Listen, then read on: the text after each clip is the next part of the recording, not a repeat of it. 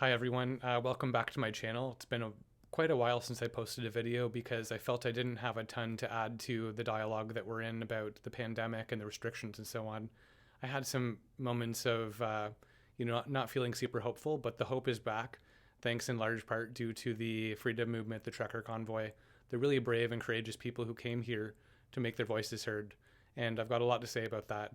Um, there are a few things I want to talk about today. Number one is really just to set the record straight as somebody who attended the protest firsthand and walked around for quite a while, because the media is going berserk, pointing at the few bad actors in the group, and we need to talk about that. The next thing I want to talk about is really why I'm feeling hopeful about where we're going and what I think is going to happen next.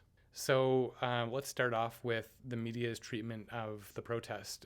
You've probably seen the headlines by now.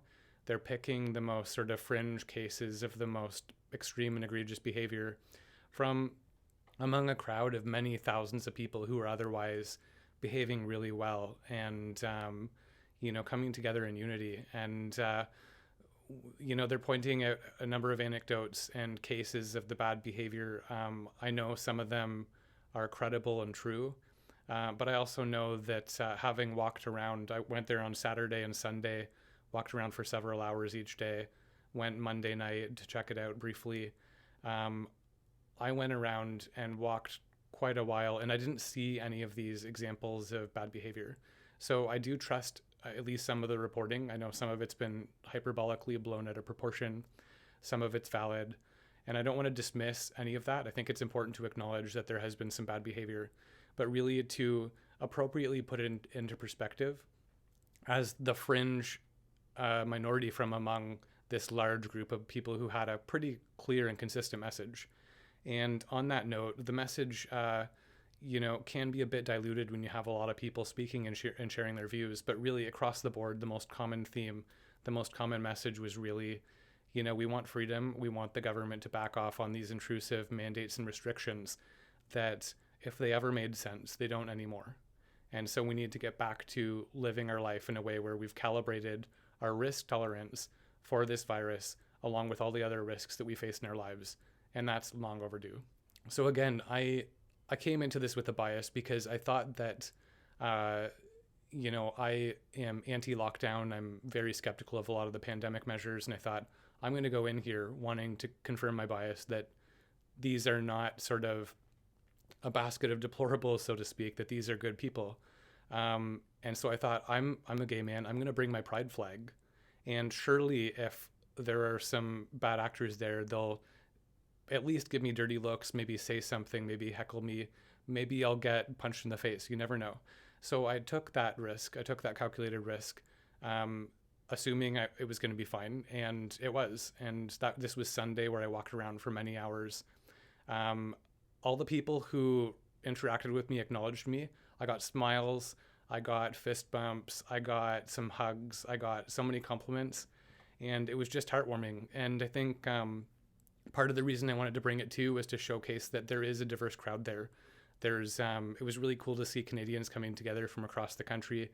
We had Quebecers and Quebec flag. We had Indigenous people. We had people from different ethnicities, different cognitive abilities, LGBTQ people like myself and a few others that I met. I made some cool friends. So we do have to acknowledge the bad actors, but we have to put it into perspective. And the media has not been doing that. I mean, God, maybe they mean well. I want to give them the benefit of the doubt. Maybe they mean well. They've also got some pretty vicious profit incentives to keep relevant and to keep sustainable by, reporting things that are sensational and get clicks. So we'll just put that off to the side. But my experience of this thing was that it was vast, overwhelming majority of people there were just cool, everyday people who are fed up with these measures that are not proportionate to the threat and don't make sense. And we're through with it. We're done. And I know that people will say, but the virus isn't done with you. Okay, I get that. But we're at the endemic stage now, where even all of the chief medical officers of health gradually, one by one, are saying, look, we're now at this stage where we need to start thinking about this like it's the flu. and acknowledging that there's going to be periods of the year where our health system is strained, but it's not some catastrophic emergency where we have to upend our society. Okay, so I just wanted to put that into perspective. There was a tiny fringe minority of bad actors. There were a ton of good people. I'm sure they're telling all their friends and family and coworkers, like I am, what actually happened there, in the big picture, in the grand scheme of things. And hopefully that's going to set the record straight. So now let's talk about why I'm hopeful. I mean, I just talked about how badly this was being slandered and represented by our media and by even our prime minister, which was, man, I can't believe I ever voted for that guy with the way that he's been trying to divide people and scapegoat, this increasingly marginalized group of people. And, but why I'm hopeful, let's get to that, okay? So more and more countries are signaling that they're adopting a similar philosophy of moving away from the pandemic restrictions. Omicron is a different beast. It works differently. You just can't stay ahead of it. Okay, so the best we can hope for is to help mitigate the severe outcomes by vaccinating vulnerable folks. And you may disagree with that. That's fine. That's my perspective. But the rest of us are fine to go back about our lives and the normal course of actions. And, I also want to point out that it's interesting because the Angus Reid just did a poll, and it was a follow-up to one they did in mid-January. And the wording, I'm going to put it up just because I'm not sure if I'll remember the exact wording at this point, but it said essentially that now the majority, at 54% of Canadians, are in favor of dropping the restrictions. And essentially, if people feel that they're at risk, then they can isolate and adjust their plans and their lives around that perceived risk. So that's 54% now, up from 40% just in mid-January, right? So that's in just 2 weeks, we changed the curve, that's for sure. And I can't help but point out the coincidence that just as the truckers are rolling into town and just on the verge of this massive, massive turnout that was far from a fringe minority as Trudeau tried to discredit the movement, that you've got, the 2 days right before that, you find that the number of Canadians who agree that we need to move on, and I'm paraphrasing in my own words there, of course, but jumped from 40% to 54% in just those 2 weeks, pulled at that moment. So could be a coincidence. At the end of the day, I don't really care because it's the result that I'm looking for and it's really encouraging. And that's a reason to be hopeful. As I already mentioned, the provinces and the medical officers of health are signaling, okay, this is now at the stage where we need to think of it like it's the flu and so on. And, in Ontario at least, it seems that a lot of our policies were based more on polling as opposed to the best scientific evidence and the best scientific debate and inquiry and exploration of alternate competing perspectives put into a broader framework of all of the different considerations we need to take into account in making smart policy decisions about our society and how it functions together and how we mitigate risk on balance of all of the risks coming together and how they interact, right? So maybe it's the polling that's influencing this. I don't know for sure. But again, the end result is that the right things are now being said about where we need to go, and they're being said in a much more widespread and united, consistent message, which is not what we had in the past. Whenever somebody tried to say something rational about, okay, we need to live with this, we need to find a way to move on and live with this, because the risks that we're creating by focusing on mitigating this one risk of COVID are far greater. They were torn apart by other sort of experts and authorities and institutions and so on. So now we've got that more consistent message that's being put out there, and I think that this is a huge reason to be hopeful. So what's next? Well, it's funny because we've seen our prime minister, and again, I've said that I can't believe I voted for him before because, well, I didn't vote for him, but essentially it's the party and the prime minister that you get. So but I supported him in the past. That's what I'm trying to say.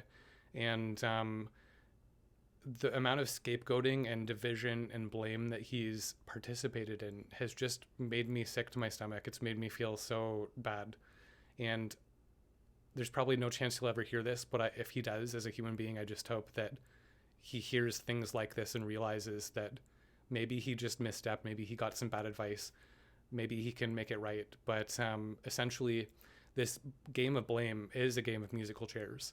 and the music is going to come to an end, and somebody's not going to have a chair, and it's looking like it's going to be him. The majority of Canadians now, whether they agree with the method of the protest, they agree with the message of it, in the sense of it, that common message of, we need to drop these restrictions. It's time to move on. If people are afraid that they have a different risk profile, they can adapt their lives, as opposed to all of society turning itself upside down. The game of musical chairs is coming to an end. Looks like he's really digging himself into a hole here. If he could have just, honestly, if he could have just kept his mouth shut instead of wading in and villainizing and demonizing and scapegoating, he might have gotten away without the huge backlash and stigma that he's now encountering. Maybe the provinces that enacted more of the mandates and had much more responsibility for a lot of the things that we're frustrated about would have worn more of the responsibility. But now it seems like it's all coming towards him. And you might say that's unfair, but there's something kind of ironic and something that feels a little bit like justice when he comes in and sort of kicks a man when he's down, and he's essentially being a bully, and Canadians don't like that, and we are appropriately expressing our anger at him for that. So in closing, I just want to say I really feel this time that the nightmare's ending. We've got national unity here. We've got, again, that integration of all sorts of people from all different walks of life, despite what the media wants you to believe. I'm hearing more of my friends and people just saying, you know what, this is done. This doesn't make sense anymore. Thanks in large part to, that unity, the people coming together, the huge amount of courage and bravery on the part of, truckers who drove thousands of kilometers to get here and, put their livelihoods at risk. All the people who came out in extreme cold warnings and many thousands to go protest together. The scientific integrity of, the medical officers of health jumping in and saying, okay, this is time for us to move on. Again, you can say that they're not necessarily causally related. Maybe it's more coincidental, but it's all happening at the right time. And it's all coming together in a way that says, this is ending and we're getting out of it now. And people can still make sensible decisions to mitigate risk and to avoid placing undue risk on other people. But we need to place this back into the constellation of all the other risks and treat it as such. So my closing words to you are, I'm so sick of hearing people say, stay safe. I don't need to stay safe anymore. I need to stay brave, and I want you to stay brave. And I want that to be what we say to each other for the foreseeable future. So thank you so much for listening, and have a great day.